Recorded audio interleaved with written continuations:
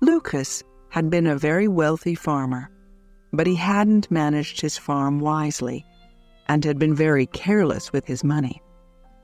He realized too late what a fool he had been when he lost everything. Now he and his wife lived in poverty in a tiny house, which could hardly be called a house. The cracks in the walls made it impossible to keep warm. Rain came in through the holes in the roof. Their life was a constant struggle. They had always prayed for a child, but during their years of wealth, God had never listened. Now they were poor and had nothing, and his wife gave birth to a baby daughter. "Oh, what are we going to do?" his wife cried. "We don't have food for ourselves. How are we going to take care of this poor little stranger?" "We'll find a way," Lucas said. "She's a gift from God, so He'll help us find a way. But first we must have her christened. We must ask someone to be our daughter's godmother." They had no relatives in the area, so Lucas went to ask their neighbor's wife. "My husband and I are only poor peasants like you. Why should we add your child to our list of money worries?" was her answer. Lucas returned home with the bad news. "What can you expect?" asked his wife sadly. "When we were rich, everyone wanted to know us and be our friends. Even the mayor invited us to his home. But now we have nothing, and not even a poor peasant woman will help us." She was very worried about their little baby. Winter was almost at its end, but it was still very cold. At night the earth froze, and in the morning the houses and trees were covered in snow. They had no clothes for their child, only old bits of cloth, and her bed was the cold, hard ground. Lucas's wife kissed their baby and cried, "My poor darling, my poor little darling." Then suddenly a happy thought came to her. She told Lucas to go and ask the mayor's wife to be their child's godmother. She was godmother to the mayor's child, and was certain that the mayor's wife would do the same for them. Lucas didn't feel so certain, but he went to ask her. With a heavy heart, Lucas walked past the fields and farm buildings that used to be his. He arrived at the mayor's house and gave his wife's good wishes to the mayor's wife. He then asked if she would be godmother to their child. "You know how hard things are at the moment," she answered. "Everyone's struggling. I can't afford to help someone as poor as you. Why are you asking me anyway?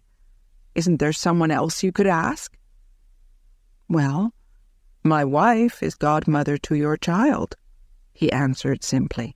"Oh, I see.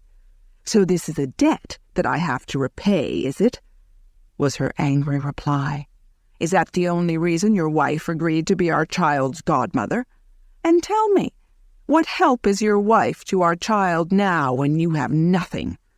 How dare you come to my home and insult me like this? I wouldn't be your child's godmother if you paid me in gold." Lucas left in tears. When he got home, he described what had happened at the mayor's house. His wife was desperately unhappy, but he told her not to be discouraged.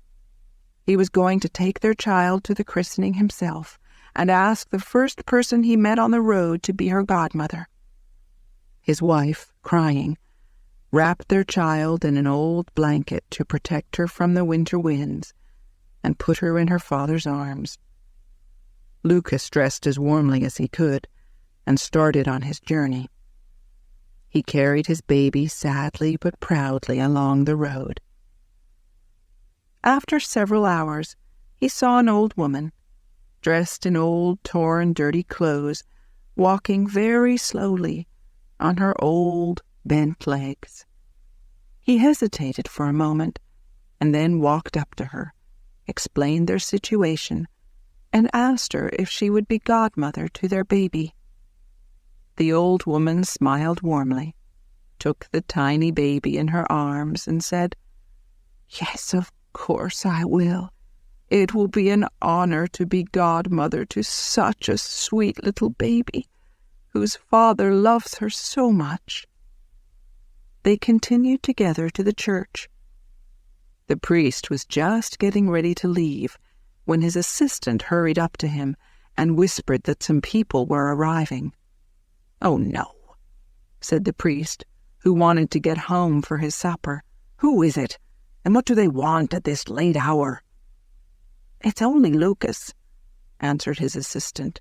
"You know, the one who lost everything. He's as poor as the poorest peasant now." As they approached the church, the godmother saw that the assistant was whispering something unkind to the priest. So as they entered, she pulled from her old dress a golden ducat and pressed it into the priest's hand. The priest was amazed.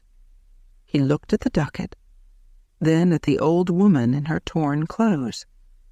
He then quickly whispered to his assistant to prepare for the baby's christening.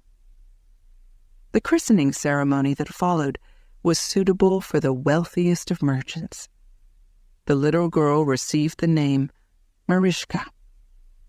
After the christening, the priest walked with them to the door of the church. His assistant walked with them all the way to the gate, hoping for a nice reward. The old woman gave him a golden ducat, which he received gratefully. When Lucas and the old woman reached the place where they had first met, she handed the baby to him. She then reached into her pocket and pulled out another golden ducat, which she put inside the baby's blanket. She smiled at Lucas and said, "This is my gift to your child. This will provide enough money to bring her up well and give her everything she needs. This child will bring you and your wife great joy and comfort, and when she grows into a woman, she will have a long and happy marriage." The kind godmother then touched the ground, and suddenly a beautiful rose bush appeared, covered in sweet-smelling flowers. Lucas bent down to admire the lovely flowers, and then turned to thank the old woman. But she was gone. He was amazed and confused. "Goodbye," he called. "Thank you, kind godmother." He stood there, holding little Marischka, looking all around him. He would probably have stood there for hours if Marischka hadn't started crying for her supper. So he began walking, and as he walked, he thought about all the wonderful things that had happened to him that day. At one point he stopped and felt in Marischka's blanket to make sure that the ducat was still there, that he hadn't dreamed it. He took it out, and suddenly it became 10 ducats and fell out of his hand all over the ground. Again he stood there not speaking, full of amazement. He gathered the ducats up, laughing, put them in his pockets, and almost ran with Marischka back to his home. Lucas's wife had been waiting anxiously at home, hungry, thirsty, and cold. There was no food in the house, and no money. She was very surprised when Lucas ran in with a happy smile on his face and told her all about the kind godmother. When he finished, he told his wife to take the godmother's christening gift out of Marischka's blanket. The wife reached in and pulled out the ducat. Suddenly there were 10, 20, 30 ducats. She cried out in happiness and surprise. The ducats flew out of her hands and rolled all over the floor. They both began to pick the ducats up, but wherever there was one, another 10 appeared. In the end, there was a beautiful golden pile shining in front of them. They fell onto the floor, laughing and crying at the same time. Then Lucas's wife was suddenly full of fear. Could this money be an evil curse? Maybe the woman is an evil spirit who wants to buy our souls. Lucas laughed. Don't be silly, he told her. What evil spirit would go into a church? But Lucas knew this godmother wasn't an ordinary woman. Maybe she was a good spirit, sent by God to help them. He warned his wife, however, that they must guard their secret. He told her to hide the money and not tell anyone the true story. He then took 1 ducat for the mayor to change so he could buy eggs, flour, bread, and milk. When he asked his wife what else he should buy, she immediately answered, "Our land, our house, our animals, our fields." "Tomorrow morning," Lucas replied happily. Then his wife became very serious and said, "But Lucas, please manage them more carefully this time."